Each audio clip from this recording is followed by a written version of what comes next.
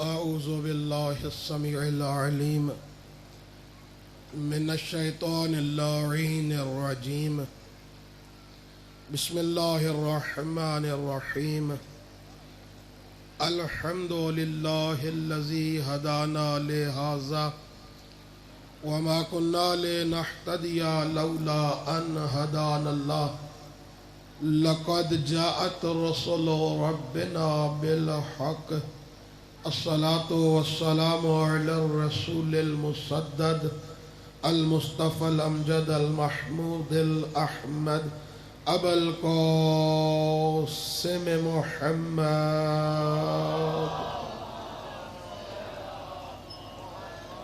وآله الطيبين الطاهرين المعصومين المظلومين المنتجبين المنتخبين المطهرين الذين أذهب الله عنهم الرجس وطهرهم تطهيرا.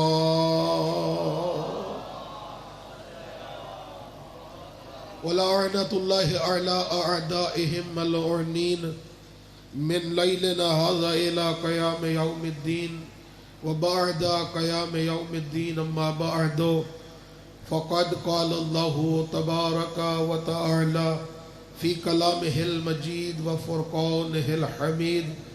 بسم الله الرحمن الرحيم. إنما وليكم الله ورسوله والذين آمنوا الذين يقيمون الصلاة ويؤتون الزكاة وهم راكعون. صلوات.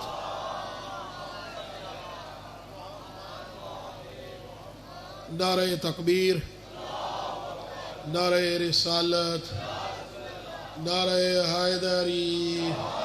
یک زبان ہو کر نعرہ حیدری. حسینیت، حسینیت، یزیدیت، یزیدیت. محمد اور آل محمد کے دشمنوں پہ لعنت. محمد اور آل محمد کے دشمنوں پہ لعنت. با آواز بلند صلوات.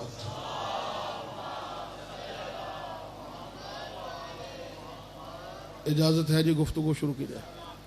عزیزان گرامی قدر معزز سامعین، اہل علم حضرات، پروردگار عالم کی ذات کا لاکھ لاکھ شکر ہے کہ اس نے ہمیں یہ ایام عزاء نصیب فرمائے.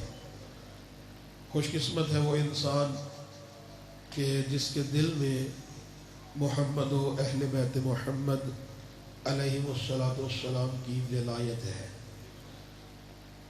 اس سے بڑھ کر انسان کے لیے اور کوئی خوشبختی نہیں ہو سکتی. مقدر والا ہے وہ انسان کہ جس کے دل میں محبت اہل بیت ہو، اور خاص کر کے جب اس دنیا سے رخصت ہو تو اس کے دل میں محبت اہل بیت موجود ہو. نبی معظم کی بڑی مشہور حدیث ہے اور تقریباً 70 طرق سے اہل سنت کی کتابوں میں موجود ہے. نبی معظم فرماتے ہیں کہ من مات علی حب آل محمد مات شہیدا.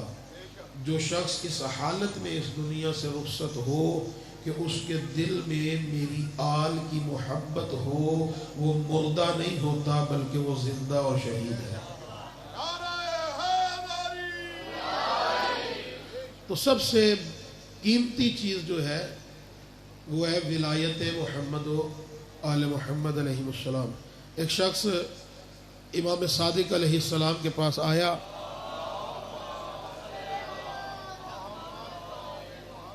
اور آ کر اپنے حالات کے بارے میں بتانے لگا کہ مولا میں بڑا غریب ہوں. تو مولا نے فرمایا کہ تجھ سے بڑا امیر ہی کوئی نہیں. توجہ چاہوں گا، تجھ سے بڑا تو بخاری صاحب امیر ہی کوئی نہیں ہے. تو کچھ لوگ ایسے ہوتے ہیں نا کہ جو سوچتے نہیں ہیں، معرفت نہیں رکھتے. معرفت کے بھی درجات ہیں. کسی نے علی کو، ہر بندے نے علی کو اپنی معرفت کے حساب سے پہچانا. ٹھیک ہے نا. سلمان ایمان کے 10ویں درجے پر فائز، ابو ذر ایمان کے 9ویں درجے پر فائز۔ یہ معرفت ہے ایمان کا کی جو ہے وہ درجہ بندی ہے۔ تو وہ شخص کہنے لگا پتہ نہیں مولا جو ہے وہ مجھ سے مذاق کر رہے ہیں۔ ایک بندہ بھکھا ہوئے نا تو کسی کو منگن چلا جاوے تو اگو بندہ کہے کہ تیرے گھر تو چنگی بھلی روٹی ہے تو اتنے منگن آئے، تو پھر وہ غصہ کر جاتا ہے کہ میرے گھر میں تو فاقہ کشی چل رہی ہے، یہ کہتے ہیں کہ تمہارے گھر میں یہ ہے من و سلوہ اتر رہا ہے۔ تو مولا نے کہا، کہنے لگا مولا میں غریب ہوں میری مدد کیجیے۔ تو مولا فرماتے ہیں کہ تجھ سے بڑا تو امیر ہی کوئی نہیں۔ تو وہ سمجھنے لگا کہ مولا مجھ سے مذاق کر رہے ہیں، مزاح کر رہے ہیں۔ تو مولا نے کہنے لگا کہ مولا واقعاً میں غریب ہوں، اتنے دن ہو گئے میرے بچے بھوکے ہیں، میں بہت غریب ہوں۔ مولا نے پھر فرمایا کہ تجھ سے بڑا امیر کوئی نہیں ہے۔ اس نے کہا مولا وہ کیسے؟ کہا یہ بتا تیرے دل میں ہماری محبت ہے یا نہیں، ہماری ولایت ہے یا نہیں؟ اس نے کہا بالکل۔ کہا لا یہ ولایت ہمیں واپس کر دے، دولت ہم تمہیں دے دیتے ہیں۔ اس نے کہا مولا یہ ولایت واپس نہیں کر سکتا۔ مولا نے فرمایا پھر یہی تو سب سے بڑی تمہاری امارت ہے۔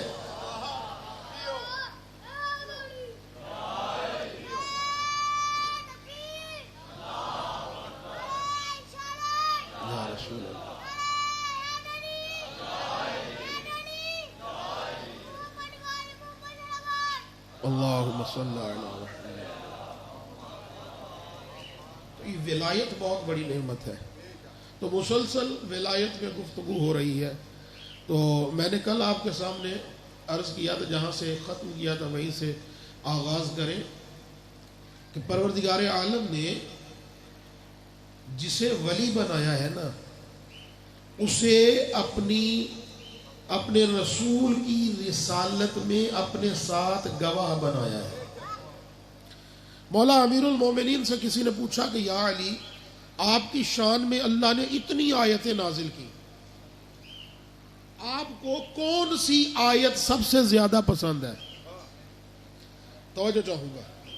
مولا نے فرمایا کہ تو بتا کہ میری شان میں کون کون سی آیت نازل؟ اس نے کہا آیت مودت۔ مولا نے فرمایا نہیں، ہاں میری شان میں ہے لیکن سب سے زیادہ نہیں۔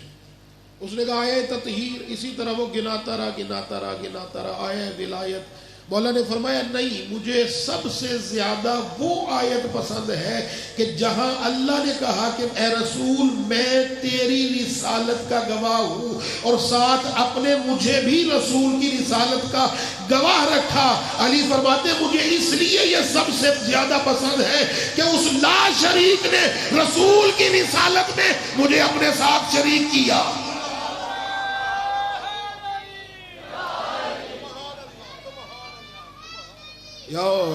تو دو گواہ، بس بیٹا بس، دو گواہ رسول اللہ کی رسالت کے۔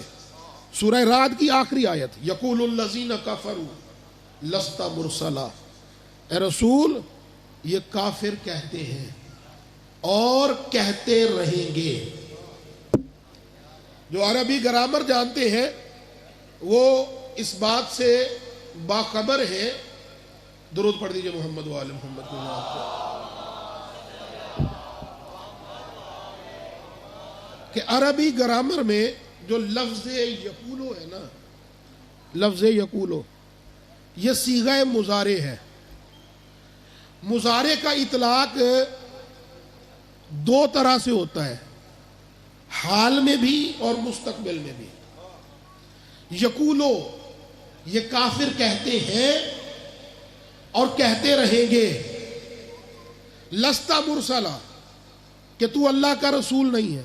قل ان کافروں سے کہہ دیجئے، کفا باللہ شہیدم بینی و بینکم، کہ اللہ کافی ہے آپ کی رسالت کی گواہی کے لیے، وَمَنْ عِنْدَهُ عِلْمُ الْكِتَابِ، اور دوسرا وہ کافی ہے کہ جس کے پاس پوری کتاب کا علم ہے۔ یعنی اللہ نے دو گواہ رکھے، پوری توجہ چاہوں گا، ایک خود اپنے آپ کو، دوسرا جو کتاب کا عالم ہے۔ ان دو گواہوں میں اللہ نے قبلہ اپنا تو نام لے دیا کہ میں اللہ گواہ، دوسرے گواہ کا اللہ نے نام نہیں لیا بلکہ صفت بیان کی۔ میں دست ادب جوڑ کے کہوں پروردگار تو سب سے بہتر جاننے والا ہے، جہاں تو نے رسول کی رسالت کے گواہوں میں اپنا نام لیا وہی دوسرے گواہ کا بھی نام لے دیتا، جھگڑا ہی ختم ہو جاتا۔ یہ جو لوگوں کے درمیان جھگڑا ہونا تھا یہ جھگڑا ختم ہو جاتا، معلوم ہو جاتا آسانی سے کہ رسول کی رسالت کا ایک اللہ گواہ ہے اور دوسرا فلاں شخص ہے۔ تو نے اپنا نام لیا، دوسرے گواہ کا نام نہیں لیا، صفت بیان کی۔ پروردگار آسانی پیدا کر دیتا، دوسرے گواہ کا بھی نام لے دیتا، تو عجب نہیں پروردگار کی آواز آئے جو میں جانتا ہوں وہ تم نہیں جانتے، میں اپنے ساتھ دوسرے رسول کی رسالت کا گواہ کا نام بھی لے سکتا تھا، لیکن اگر میں دوسرے گواہ کا نام لے دیتا تو دنیا والوں میں کئی ایسے لوگ پیدا ہو جاتے جو کہتے ہیں اس سے مراد فلاں ہے، اس سے مراد فلاں ہے، اس سے مراد فلاں ہے۔ میں صفت بیان کر رہا ہوں کہ وہ عالم کتاب ہوگا، اب جا کر ڈھونڈو کہ کون عالم کتاب ہے۔ عالم کتاب وہی ہوگا کہ جو سنونی کا دعویٰ کرتا ہوا نظر آئے۔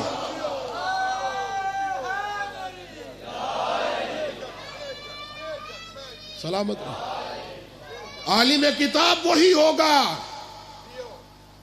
عالم کتاب وہ نہیں ہوگا کہ جسے 40 سال سورہ بقرہ بھی یاد نہ ہو۔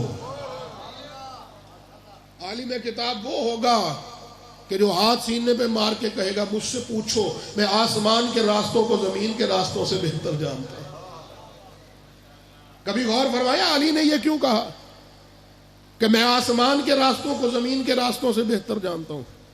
میں آپ کے لاہور شہر میں آیا اور میں نے آ کر آپ سے کہا کہ میں آپ کے لاہور کے راستوں کو اکاڑا کے راستوں سے بہتر جانتا ہوں، حالانکہ میں پہلی مرتبہ لاہور آ رہا ہوں مثال کے طور پہ، تو کوئی نہ کوئی تو اٹھ کر کہے گا حضور آپ تو پہلی مرتبہ آئے ہیں، ہم تو رہنے ہی ادھر والے ہیں، آپ کیسے ہم سے بہتر جانتے ہیں؟ علی فرما رہے ہیں مجھ سے پوچھو،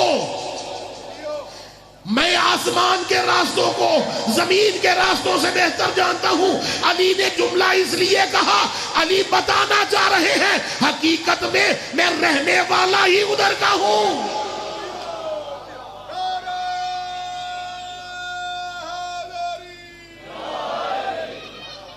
میں ادھر کا رہنے والا ہی نہیں ہوں، میں رہنے والا ہی ادھر کا ہوں۔ تو اللہ نے کہا دو گواہ میرے رسول کی رسالت کے، ایک خود اللہ، ایک عالم کتاب۔ اچھا مجھے بتائیں آپ جتنے یہاں پہ افراد بیٹھے ہیں، آپ میں جو یہاں موجود نہیں ہیں، جتنے بھی مسلمان ہیں، اللہ کہہ رہا ہے کہ رسول کی رسالت کے دو گواہ، ایک میں خود، دوسرا عالم کتاب۔ اچھا آپ بتائیے، آپ کہتے ہیں یا نہیں دن میں 5 مرتبہ اشہد ان محمدن رسول اللہ؟ آپ توجہ ہی نہیں فرما رہے کہ میں گواہی دیتا ہوں کہ محمد اللہ کے رسول ہیں، تو گواہ تو پھر آپ بھی ہو گئے۔ اوئے ہوئے ہوئے، اور نہیں فرما رہے حضرت محترم۔ اللہ کہہ رہا دو گواہ، ایک میں، دوسرا عالم کتاب۔ حالانکہ ہر بندہ، ہر مسلمان، ہر کلمہ پڑھنے والا کہہ رہا ہے اشہد ان محمدن رسول اللہ، میں گواہی دیتا ہوں کہ اللہ محمد اللہ کے رسول ہیں۔ اللہ کہہ رہا ہے صرف دو گواہ۔ فرق کیا ہے؟ وجہ کیا ہے؟ اللہ ہمیں کیوں گواہ نہیں مان رہا حالانکہ ہم 5 مرتبہ کہہ رہے ہیں کہ ہم گواہی دیتے ہیں کہ محمد اللہ کے رسول ہیں؟ عزیزان گرامی قدر، اللہ نے جو گواہ کے لیے آیت میں لفظ رکھا کفا باللہ شہیدن، دوسرا گواہ شہید وہ ہے جو عالم کتاب ہے۔ اللہ نے شاہد نہیں کہا، توجہ نہیں فرما رہے ہیں، تھوڑی سی باریک گفتگو ہے۔ دیکھیے گواہی دینے والے کو عربی میں کہتے ہیں شاہد، کیا کہتے ہیں نوجوان بچوں؟ شاہد. شاہد کا مطلب ہے گواہی دینے والا. شہید کا مطلب بھی ہے گواہی دینے والا. دونوں کا مطلب ایک. شاہد بھی گواہی دینے والا, شہید بھی گواہی دینے والا. اللہ نے یہ نہیں کہا کہ علی شاہد ہے. غور فرمائیے, اللہ نے کہا علی شہید ہے. شاہد میں اور شہید میں فرق کیا ہے؟ اگر میں یہ فرق آپ تک پہنچا سکا تو میری محنت مکمل ہو جائے گی. شاہد بھی گواہی دینے والے کو کہتے ہیں, شہید بھی گواہی دینے والے کو کہتے ہیں. عربی گرامر میں شاہد اس میں فاعل ہے, کام کرنے والا اس میں فاعل. شاہد گواہی دینے والا. شہید صفت مشبہ ہے. فاعل کے ساتھ جو صفت ہوتی ہے وہ عارضی ہوتی ہے. توجہ نہیں فرما رہے آپ.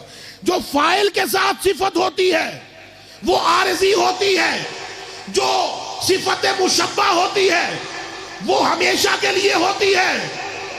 شاہد وہ گواہی دینے والا, یعنی جب گواہی دے گا تب شاہد ہوگا. خدا کے لیے توجہ چاہوں گا, جب گواہی دے گا تب شاہد ہوگا. مثلا کورٹ میں گیا, جا کر گواہی دی, جب گواہی دے رہا ہے تب شاہد ہے, آ کر شاہد نہیں ہے. کچھ کہہ رہا ہوں. شہید صفت مشبہ ہے. صفت مشبہ وہ ہوتی ہے کہ جو اگر کسی کے ساتھ ہو تو وہ مرنے کے بعد بھی اس سے جدا نہیں ہوتی. شریف, شریف لفظ شریف, یہ جو شرافت ہے, یہ سو رہا ہے تو بھی شریف ہے, جاگ رہا ہے تو بھی شریف ہے. اللہ نے کہا علی شاہد نہیں ہے, شہید ہے. توجہ فرما رہے ہیں عزیزان محترم, علی شاہد نہیں ہے, علی شہید ہے. دوسری وجہ بیان کروں. شاہد میں اور شہید میں فرق یہ ہے, شاہد اسے کہتے ہیں جو واقعے کو کسی سے سن کر یا کسی کتاب میں پڑھ کر گواہی دے. خدا کے لیے توجہ چاہوں گا. شاہد کسے کہتے ہیں؟ جو واقعے کو سن کر یا کسی کتاب میں پڑھ کر گواہی دے, وہ شاہد کہلاتا ہے. مثلا ہم نے کتابوں میں پڑھا, ٹیلی ویژن پہ سنا کہ لوگ چاند پر گئے. سر اٹھاؤ, میں کچھ کہہ رہا ہوں. لوگ چاند پر گئے, یہ ہم نے سن کر اور پڑھ کر گواہی دی تو ہم شاہد کہلوائے. لیکن جو خود چاند پر گیا اس نے آ کر گواہی دی تو وہ شاہد نہیں, شہید کہلایا. وہ شہید کہلوایا. اللہ نے کہا میرے رسول کی رسالت کے, توجہ عزیزان محترم, جملہ ضائع کیا مجھے دکھ ہوگا, میں بڑی محنت کر رہا ہوں. اللہ نے کہا میرے رسول کی رسالت کے دو گواہ, ایک میں خود اللہ, دوسرا عالم کتاب. یعنی اللہ بتانا یہ چاہ رہا ہے کہ دیکھو پہلے تو یہ سمجھو کہ میرا رسول کب سے ہے. میرا رسول کب سے ہے. اور رسول کی بارگاہ میں چلے, یا رسول اللہ آپ کب سے ہیں؟ رسول اللہ فرماتے اولو ما خلق اللہ نوری, اللہ نے سب سے پہلے میرے نور کو بنایا. کنتو نبیا وآدم بین الماء والطین, میں اس وقت بھی نبی تھا جب آدم پانی اور مٹی کے درمیان تھا. اللہ کہتا میں گواہ. دوسرا عالم کتاب, رسول کب سے رسول ہے؟ رسول فرماتے ہیں سب سے پہلے اللہ نے میرے نور کو پیدا کیا, میں اس وقت بھی نبی تھا جب آدم پانی اور مٹی کے درمیان تھے. تو علی کی نبی کی رسالت کا دوسرا گواہ وہ ہو سکتا ہے کہ جب نبی کو نبوت مل رہی تھی وہ سامنے بیٹھ کر تصدیق کر رہا تھا.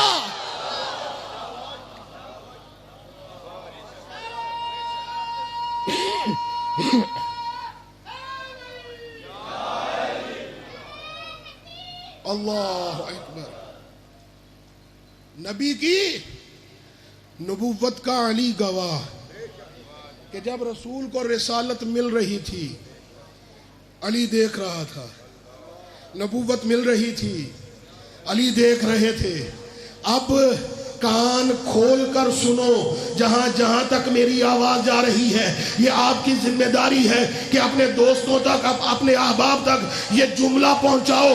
جو دنیا والے ہم سے پوچھتے ہیں نا کہ یہ علی ولی اللہ کب سے ہے، بھئی کچھ بھی نہ تھا، لا الہ الا اللہ تھا، محمد الرسول اللہ تھا اور علی ولی اللہ تھا.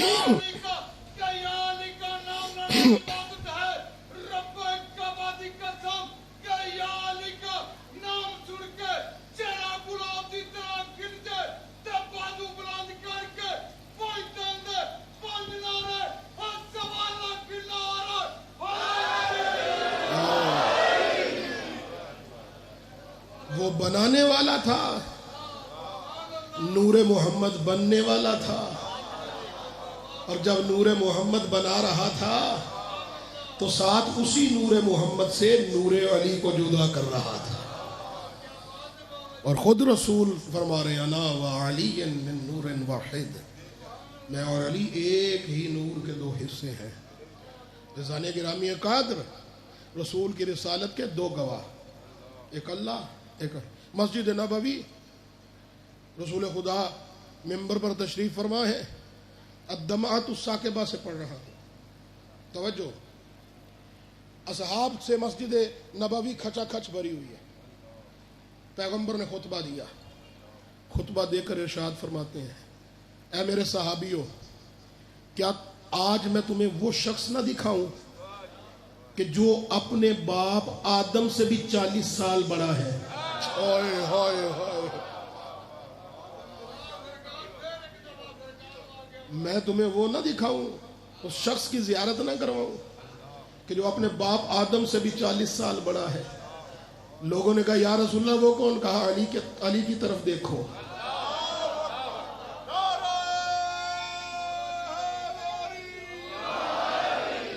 کچھ لوگ تعجب میں پڑ گئے ہیں، میں دیکھ رہا ہوں چہروں سے. بھائی آدم کا پتلا نہیں بنا تھا، آدم کی مٹی مٹی نہیں تھی، جسم جسم نہیں تھا، آدم کے جسم پر گوشت نہیں آیا تھا، آدم کو اللہ نے روح نہیں دی تھی، علی تھا. یہ آدم علی کے صدقے میں پیدا ہوا ہے. کسی نبی کو اس وقت تک نبوت اور رسالت نہیں ملی جب تک کہ اس نے علی ولی اللہ کا اقرار نہیں کر لیا. یہ ولایت امیر المومنین دنیا سمجھتی نہیں ہے اسے. انسان کی نہ عبادت ہے. اور میں یہ صرف 1.25 لاکھ نبیوں کی بات نہیں کر رہا، دلیل قرآن سے دیتا ہوں. آدم کو نبوت ملی علی کے صدقے میں، نوح کو نبوت ملی علی کے صدقے میں، ابراہیم کو نبوت ملی علی کے صدقے میں، اسماعیل کو نبوت ملی علی کے صدقے میں، موسیٰ کو نبوت ملی علی کے صدقے میں، عیسیٰ کو نبوت ملی علی کے صدقے میں. اب آپ مجھ سے کہیے کہ دلیل کیا ہے؟ میں 1.25 لاکھ نبیوں کی بات نہیں کر رہا، فقط میں رسول خاتم کی بات کر رہا ہوں. اللہ اپنے رسول سے کہہ رہا ہے وَإِن لَمْ تَفْعَلْ فَمَا بَلَّغْتَ رِسَالَتَهُ، اگر تو نے ولایت علی کا اعلان نہ کیا تو تو بھی رسول نہیں ہے.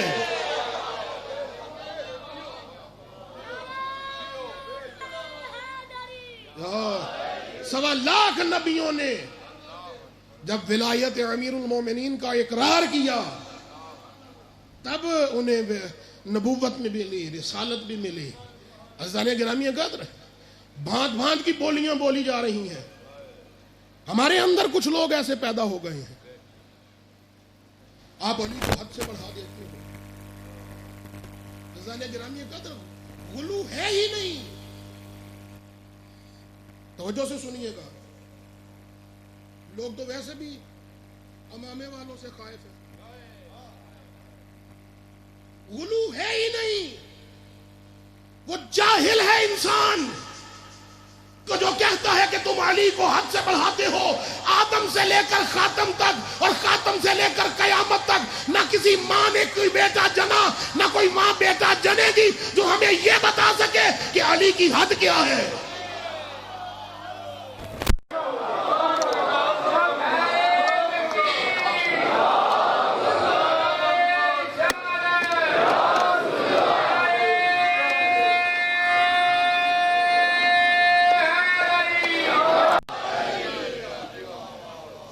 دنیا میں آج تک کوئی پیدا ہی نہیں ہوا جو ہمیں یہ بتا سکے۔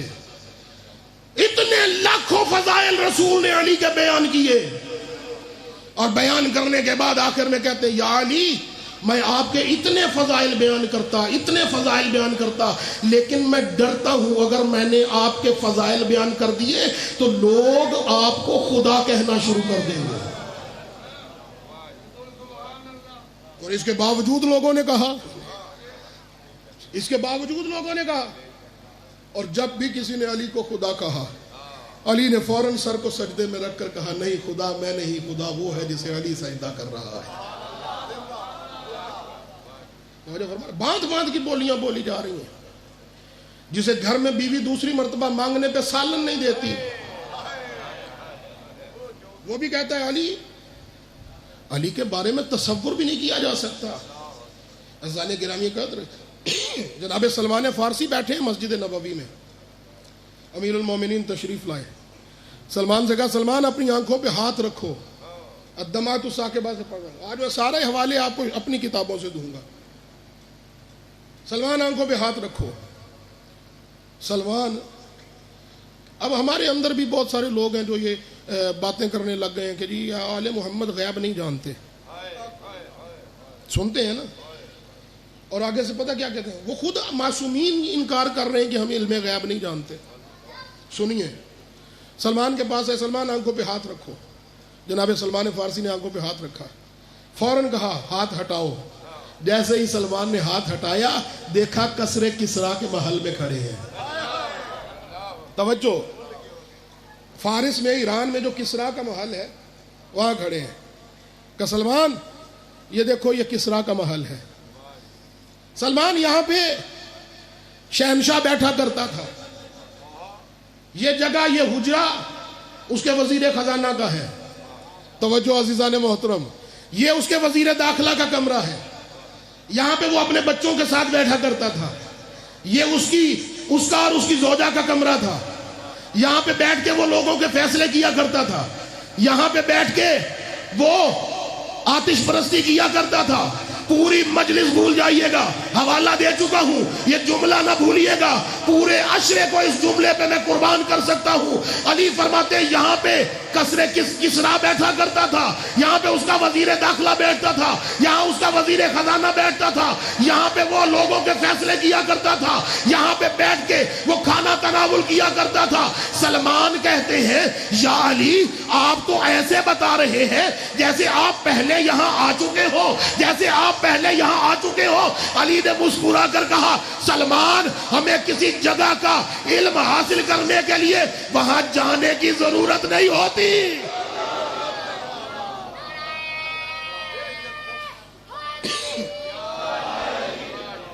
کسی جگہ کا علم حاصل کرنے کے لیے ہمیں وہاں جانے کی ضرورت نہیں ہوتی۔ پوری دنیا ہمارے سامنے آئینے کی طرح ہے۔ اور سلمان، جب لوگ ہمارے یہ معجزات دیکھتے ہیں، توجہ، تو وہ سمجھتے ہیں کہ یہ علم غیب ہے۔ توجہ عزیزان محترم، وہ کیا سمجھتے ہیں؟ وہ سمجھتے ہیں کہ یہ علم غیب ہے۔ اور سلمان ہم اس سے انکار اس لیے کرتے ہیں، جس کے لیے میں نے آپ کو زحمت دی، ہم اس سے انکار، علم غیب سے انکار اس لیے کرتے ہیں سلمان، جب اللہ نے ہمارے لیے کوئی چیز غیب رکھی نہیں تو علم غیب کیسا؟ آپ جب اللہ نے کسی چیز کا علم ہمارے لیے غائب رکھا ہی نہیں تو پھر علم غیب کیسا؟ عزیزان گرامی کہتے ہیں یہ ولایت کے درجات ہیں. صلوات پڑھ لیجئے محمد و آل محمد.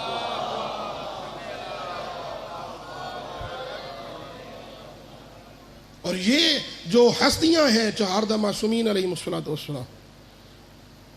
جس طرح نبی معظم صلی اللہ علیہ وآلہ وسلم پر وحی نازل ہوتی تھی، ہاں وہ ایک الگ بات ہے کہ وحی صرف نبی پر نازل ہوتی تھی، لیکن ایسا نہیں ہے کہ علی جانتے نہیں تھے. علی سب جانتے تھے کون سی آیت کب لے کر جبرائیل آیا. توجہ فرما رہے ہیں؟ حالانکہ یہاں تک ملتا ہے کہ علی نے رسول لوگوں سے کہا، جب لوگ تعجب کر رہے تھے نا کہ رسول راتوں رات جا کر معراج سے واپس کیسے آ گئے، آنے واحد میں واپس کیسے آ گئے، تو علی نے صحابیوں کو جمع کر کے کہا تھا تم تعجب رسول پر نہ کرو، مجھ سے پوچھو، میں یہاں بیٹھ کے بتا سکتا ہوں اس وقت نبی کہاں تھے، اس وقت نبی کہاں تھے، اس وقت نبی کہاں تھے.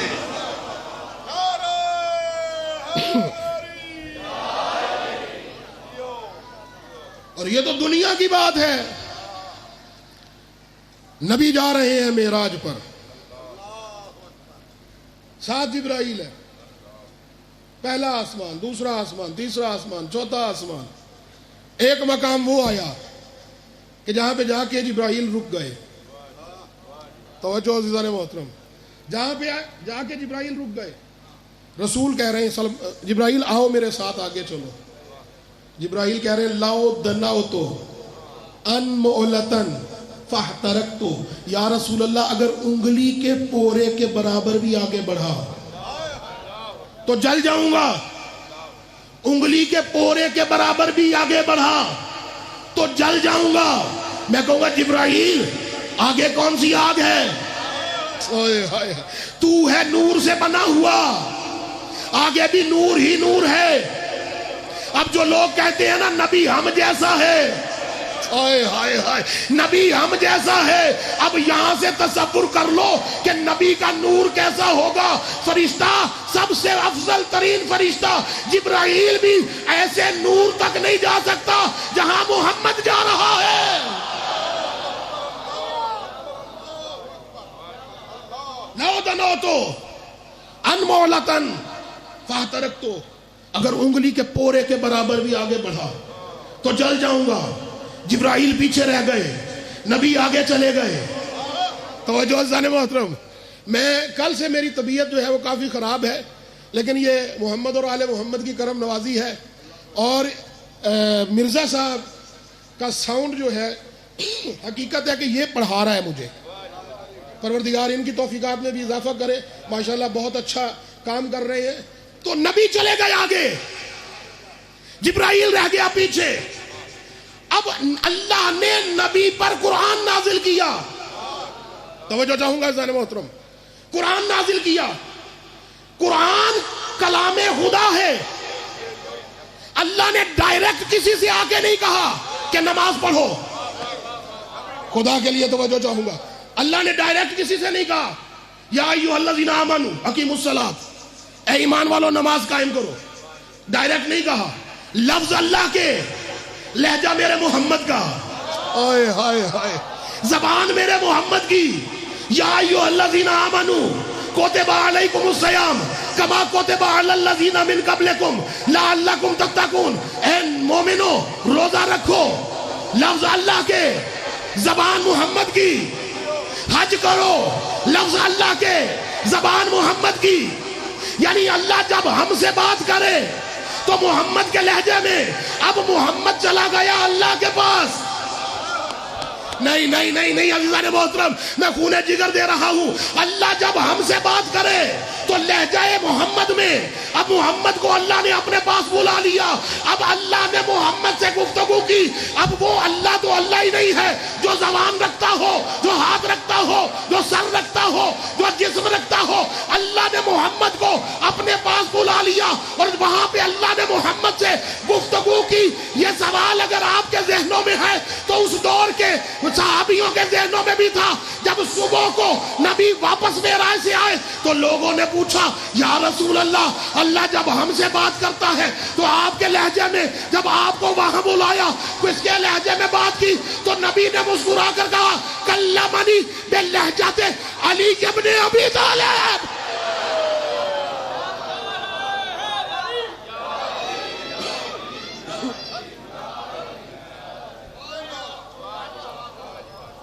اللہ نے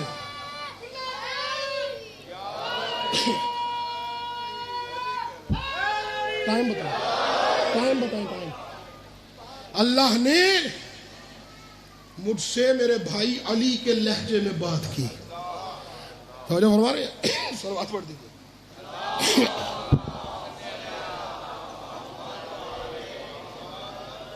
تو کہنے لگے کہ وہی صرف محمد پر نازل ہوتی صلی اللہ علیہ وسلم. جہاں جہاں معصومین رسول اللہ پر وحی سے انکار کیا گیا، رسول اللہ کے بعد نزول وحی کا، غور سے سنیے گا، رسول اللہ کے بعد جہاں جہاں نزول وحی کا انکار کیا گیا ہے اس سے مراد نزول قرآن ہے.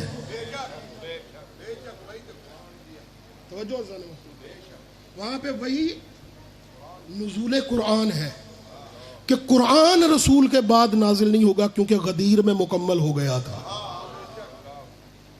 لیکن ایسا نہیں ہے کہ وحی کا سلسلہ ختم ہو گیا ہو، اور ایسا بھی نہیں ہے کہ محمد الرسول اللہ کے بعد کوئی اس قابل نہیں تھا کہ اس پر وحی نازل ہو سکے.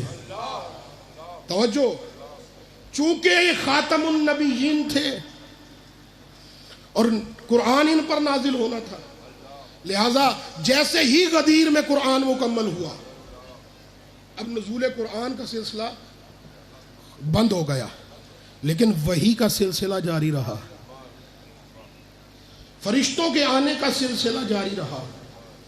اور دلیل کسی حدیث سے نہیں دوں گا بلکہ قرآن سے دوں گا. پڑھیے سورہ نساء کی آیت کے درمیان کا حصہ پڑھ رہا ہوں. وَأَوْحَيْنَا إِلَىٰ إِبْرَاهِيمَ وَإِسْمَعِيلَ وَإِسْحَاقَ وَيَعْقُوبَ وَالْأَسْبَاطِ. توجہ عزیزان محترم، ہم نے وحی نازل کی حضرت ابراہیم علیہ السلام پر، ہم نے وحی نازل کی حضرت اسماعیل علیہ السلام، ہم نے وحی نازل کی حضرت اسحاق پر، ہم نے وحی نازل کی حضرت یعقوب پر، اور ہم نے وحی نازل کی اسباط 2 نواسوں پر. بڑا گھبرا کے سنیں آپ، 2 نواسوں پر. سبت کی جمع ہے اسباط. اللہ کہہ رہے اب دیکھیے اوحینا ابراہیم، دیکھیے ابراہیم کے کون سے نواسے ہیں، اسماعیل کے کون سے نواسے ہیں، یعقوب علیہ السلام کے کون سے نواسے ہیں، اسحاق علیہ السلام کے کون سے نواسے ہیں. اللہ کہہ رہے والاسباط،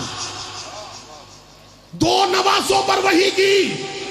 مسجد نبوی ہے، رسول اللہ صحابیوں کو سامنے بٹھا کر خطبہ دے رہے ہیں.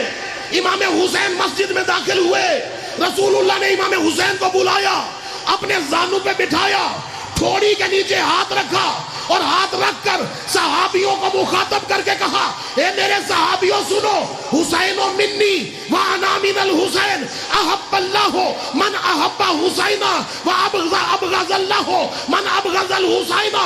اے میرے صحابیوں، یہ میرا حسین مجھ سے ہے، میں حسین سے ہوں، جس نے حسین سے محبت کی اس نے مجھ سے محبت کی۔ اور پھر رسول نے فرمایا الحسین سبتم من الاسباط، یہ میرا حسین دو نواسوں میں سے ایک نواسا ہے۔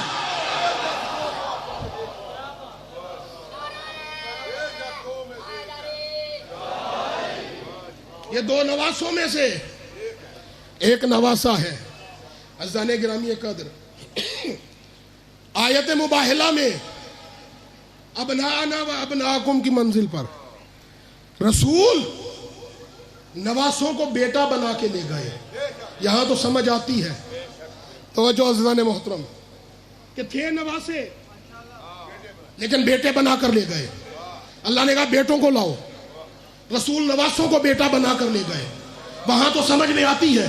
یہاں پہ یہ جو کہہ رہا ہے اللہ کہ میں وہی نازل کرتا ہوں اسباط پر، دو نواسوں پر، اسی لیے رسول نے کہا حسین سبتم من الاسباط، یہ دو نواسوں میں سے ایک نواسا ہے، یعنی بڑے کا نام حسن ہے، چھوٹے کا نام حسین ہے۔ ان پر آج بھی فرشتے نازل ہوتے ہیں۔ نہیں سمجھ میں آتا تو جا کر کربلا دیکھ لو، فجر سے پہلے اماریاں آتی بھی ہیں جاتی بھی ہیں۔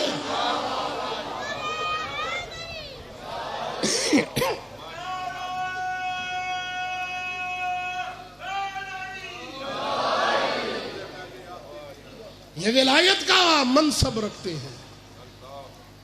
اور پھر سب سے بڑی دلیل آپ کے حوالے کروں، آج بھی قرآن میں آپ سورہ قدر تو پڑھتے ہوں گے، توجہ زان محترم، رسول اللہ پر نازل ہوئی نا سورہ قدر، رسول اللہ پر۔ میں نے ابھی آغاز میں لفظ یقولو کا ترجمہ کیا تھا۔ کافر کہتے ہیں، بولیے، اور کہتے رہیں گے، یعنی مضارع حال پر بھی دلالت کرتا ہے، مستقبل پر بھی دلالت کرتا ہے۔ اللہ نے سورہ قدر میں کہا تنزل الملائکۃ والروح، فرشتے نازل ہوتے ہیں اور ہوتے رہیں گے۔ آج بھی شب قدر میں فرشتے محمد کے آخری وارث کے پاس آ کر جھکتے ہیں اور امر لے کر اللہ کے اذن سے جاتے ہیں۔ آج بھی فرشتے نازل ہوتے ہیں۔ یہ وہ ہیں کہ جن کے لیے اللہ نے اس کائنات کو زیور وجود بخشا، اور یہی چیز ان کو نہیں بھاتی تھی کہ کہاں وہ گھرانہ کہ جو وحی کا مرکز بنا ہوا تھا، اور کہاں مسلمانوں نے اجر رسالت دیا کہ اس گھرانے کو آ کر آگ لگا دی۔ اجرکم علی الزہرا، کہاں وہ دروازہ جہاں رسول آ کر رکا کرتے تھے اور آ کر کہا کرتے تھے السلام علیکم یا اہل بیت النبوہ۔ اور عزاداران مظلوم کربلا، یہ انہوں نے محمد کے دروازے کو پہلی مرتبہ تو نہیں جلایا۔ کربلا میں، شام غریبہ میں حسین کے خیمے کو پہلی مرتبہ تو نہیں جلایا، پہلے تو یہ نبی کی بیٹی کے دروازے کو جلا چکے تھے۔ اجرکم علی الزہرا، رونے کی راتیں ہیں، جتنا گریہ کر سکتے ہو کر لو۔ اللہ جانے اگلے سال آپ میں سے اور ہم میں سے کوئی ہو یا نہ ہو۔ فضائل میں ادھر ادھر دیکھیں گے، گزارا ہو جائے گا۔ مصائب میں ادھر ادھر نہ دیکھا کریں۔ اللہ جانے کس کے پہلو میں سید سجاد بیٹھے گئے۔ اور اتنا غریب ہے یہ امام کہ کسی نے کوفہ میں امام سجاد سے پوچھا اے فرزند رسول، چند دن پہلے آپ کے ہی خاندان کا ایک فرد مسلم ابن عقیل آیا تھا، زخمی تھا، خون بہ رہا تھا، ہاتھوں میں ہتھکڑیاں تھیں، پاؤں میں بیڑیاں تھیں، لیکن مولا وہ کوفہ میں سینہ تان کے چل رہا تھا۔ کیا وجہ ہے؟ آپ جب سے چل رہے ہیں سر کو جھکایا ہوا ہے۔ مولا فرماتے تو نے بجا فرمایا، لیکن تو نے انصاف نہیں کیا۔ جب مسلم کوفہ میں آیا تھا اس کے ساتھ مائیں اور بہنیں نہیں تھیں۔ دیکھ میرے ساتھ میری پھوپھی زینب ہے، میرے ساتھ میری بہن سکینہ ہے۔ اجرکم علی الزہرا۔ ہاں زادارو، آج حسن کے یتیم کا تابوت برآمد ہونا ہے، جس کی شادی کے ارمان تھے ماں کو۔ شب عاشور امام حسین علیہ السلام اپنے خیمے میں عبادت کر رہے ہیں۔ غور سے سنیے گا، اپنے خیمے میں مصروف عبادت ہے۔ اچانک امام نے محسوس کیا کہ امام کے دائیں طرف کوئی آ کے بیٹھا ہے۔ امام نے دیکھا تو دیکھا کہ حسن کی نشانی قاسم ہے۔ امام فرماتے ہیں بیٹا قاسم، یہ وقت بچوں کے آرام کرنے کا ہے اور بڑوں کے عبادت کرنے کا وقت ہے، جاؤ جا کر آرام کرو، تمہاری ماں پریشان ہو رہی ہوگی۔ قاسم فرماتے ہیں چچا جان، میں خود سے نہیں آیا، میری ماں نے ہی تو مجھے آپ کے پاس بھیجا ہے۔ آرام آرام سے سفر کریں، ہم نے بڑا گریہ کرنا ہے، آج تابوت برآمد ہوگا، جب میں کہوں اس وقت لائیے گا، میری ماں نے ہی تو آپ کے پاس بھیجا ہے۔ کہا بیٹا کیوں آئے ہو؟ کہا چچا جان صرف یہ پوچھنے آیا ہوں کہ کل کو جو شہید ہوں گے ان شہداء میں میرا نام ہے یا نہیں، بس اتنا بتا دیجئے۔ امام حسین نے ایک سوال کیا۔ امام فرماتے ہیں بیٹا قاسم یہ بتاؤ کیف الموت عندک، تمہارے نزدیک موت کیسی ہے؟ میں نے کہا آپ نے سن لیا، تمہارے نزدیک تم موت کو کیسا جانتے ہو؟ قاسم فرماتے ہیں احلا من العسل، چچا جان شہد سے زیادہ شیریں ہے۔ جو رونے کے لیے بیٹھے ان کے لیے پہلا جملہ کہہ رہا ہوں مصائب کا۔ امام فرماتے ہیں اچھا قاسم بیٹا تو پھر سنو، کل فہرست میں شہداء کی فہرست میں صرف تمہارا ہی نہیں، تمہارے 6 مہینے کے بھائی علی اصغر کا بھی نام ہے۔ اجرکم علی الزہرا، جن کی ہائے نکلی ہے مولا ان کی ہائے پر رحم کرے۔ صرف تمہارا نہیں، تمہارے 6 مہینے کے بھائی علی اصغر کا بھی نام ہے۔ کتنا غیرت مند تھا قاسم، جیسے یہ سنا نا کہتا ہے چچا جان اصغر تو خود سے چل کر بھی نہیں آ سکتا، کیا فوج یزید خیموں تک پہنچ جائے گی؟ اجرکم علی الزہرا، کیا فوج یزید خیموں میں پہنچ جائیں گے؟ مولا فرماتے نہیں قاسم، میں اسے اپنے ہاتھوں پہ لے کر آؤں گا اور وہ تیر سے شعبہ کا نشانہ بنے گا۔ میں کہوں گا یا حضرت قاسم آپ کی غیرت نے اتنا گوارا نہ کیا کہ فوج یزید خیموں میں پہنچ جائے گی، اچھا ہوا شام غریبہ میں نہیں تھے، وگرنہ کیسے برداشت کرتے۔ صرف پہنچی نہیں، خیموں کو آگ بھی لگا دی، علی کی بیٹیوں کی چادریں بھی چھین لی، سکینہ کے گوشوارے بھی چھین لیے، سکینہ کے منہ پہ تماچے بھی مار دیے۔ اجرکم علی الزہرا، جناب قاسم نے سنا، مطمئن ہو گئے، خوش ہو کر واپس چلے گئے ماں کے پاس۔ صبح عاشور نمودار ہوئی، سارے شہید ہو گئے، اب اقربا کی باری آ گئی۔ جناب قاسم آتے ہیں امام حسین کے پاس، چچا مجھے مرنے کی اجازت دیجئے۔ سنیں گے؟ قاسم بیٹا میں تجھے کیسے اجازت دوں، تو میرے حسن بھائی کی نشانی ہے۔ قاسم پھر واپس چلے گئے۔ جب ماں کے خیمے میں آئے نا، جناب ام فروا کے خیمے میں، جیسے ہی جناب ام فروا کے سامنے آئے، جن کی چھوٹی چھوٹی اولاد ہے وہ میری طرف دیکھیے گا، جیسے ہی جناب ام فروا کے سامنے آئے نا، ام فروا نے منہ پھیر لیا۔ میں نے کہہ دیا، آپ نے سن لیا، ام فروا نے منہ پھیر لیا۔ قاسم پلٹ کر سامنے سے آئے، اماں ناراض ہو گئی ہو؟ کہا قاسم تم نے مجھے زینب کے سامنے شرمندہ کر دیا، تم نے مجھے زینب کے سامنے شرمندہ کر دیا۔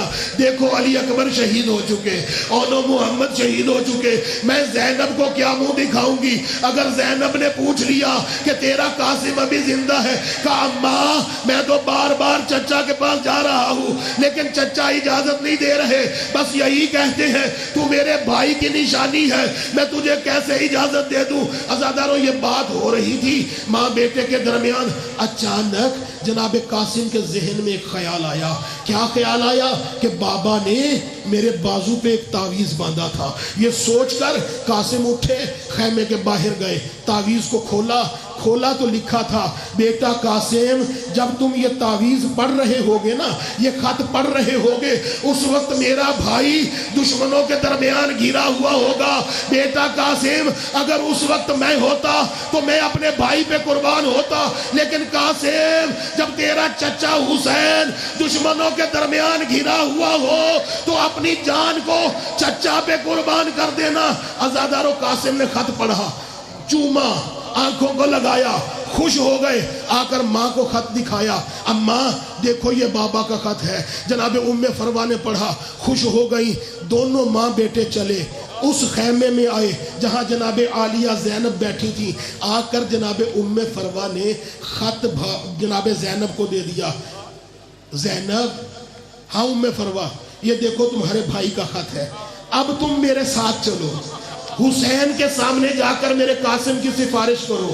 عزادارو جناب زینب نے جناب قاسم کو ساتھ لیا، ام فروا کو ساتھ لیا، جو رونے کے لیے بیٹھے ہو، لے کر بھیا حسین کے پاس آئی، کہا بھیا حسین میں سفارش لے کر آئی ہوں، قاسم کو مرنے کی اجازت دے دو۔ امام حسین نے رو کر کہا بہن زینب کیسی باتیں کر رہی ہو؟ جناب زینب نے یہ خط دے دیا، کہا یہ خط پڑھو، حسن بھیا کا یہ خط ہے۔ امام حسین نے خط پڑھا اور کہا قاسم تو میرے امام کا حکم لے آیا، تو میرے امام کا حکم لے آیا، اب میں تمہیں کیسے روک سکتا ہوں؟ امام حسین نے جناب قاسم کو اجازت دی۔ جناب قاسم میدان کی طرف جانے لگے، جو رونے کے لیے بیٹھے ہو چھوٹی چھوٹی اولادوں والوں، جب جانے لگے نا، پیچھے سے جناب ام فروا نے خیمے سے آواز دی، مولا حسین ایک مرتبہ میدان میں بھیجنے سے پہلے قاسم کو میرے خیمے میں بھیجیں۔ جناب قاسم گئے ماں کے پاس، پیچھے امام حسین بھی، ساری بیبیاں، جناب عالیہ بھی۔ جب خیمے میں پہنچے نا، جن کی چھوٹی چھوٹی اولاد ہے، جناب ام فروا نے کیا کیا؟ ایک صندوق کھولا، صندوق کھول کر امام حسن کا عمامہ نکالا۔ میں نے کہہ دیا، آپ نے سن لیا، امام حسن کا عمامہ نکالا، کہا بہن زینب، آقا حسین یہ میں نے حسن کا عمامہ اسی وقت کے لیے رکھا ہوا تھا کہ جب قاسم آپ کی مدد کے لیے جائے گا تو آپ اپنے ہاتھوں سے اسے قاسم کے سر پر پہنائیے گا۔ جناب زینب نے وہ عمامہ لیا، قاسم کے سر پر رکھا۔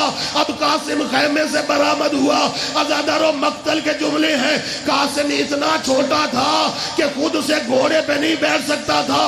جناب عباس نے گود میں اٹھا کر جناب قاسم کو گھوڑے میں بٹھایا۔ جناب قاسم گئے میدان میں، عزادارو خوب حملہ کیا، 80 ملائن کو واصل جہنم کیا۔ جب گرنے لگے نا گھوڑے سے، تو جب بھی کوئی شہید گرتا تھا، کوئی کہتا تھا چچا مدد کو آؤ، کوئی کہتا تھا ماموں مدد کو آؤ، کوئی کہتا تھا بھیا مدد کو آؤ، کوئی کہتا تھا مولا مدد کو آؤ۔ اتنا چھوٹا تھا قاسم کہ گرتے ہوئے کہا اماں میں گر گیا۔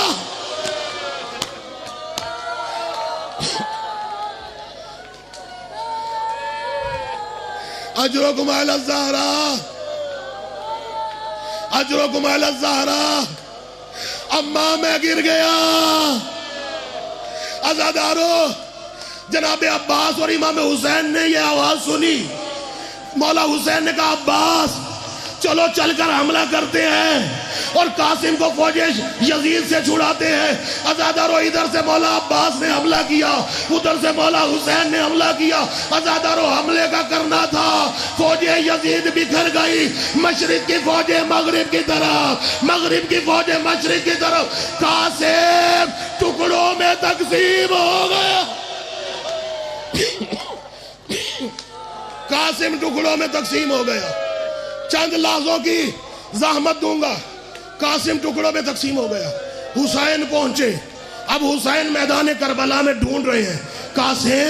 قاسم مجھے جواب دو, مجھے نظر نہیں آ رہے. کہا چچا کبھی کسی ٹکڑے سے آواز آئے, چچا کبھی کسی ٹکڑے سے. اب حسین نے کیا کیا, اپنی عبا کو زمین کربلا پہ بچھایا, قاسم کے ٹکڑوں کو جمع کرنا شروع کیا.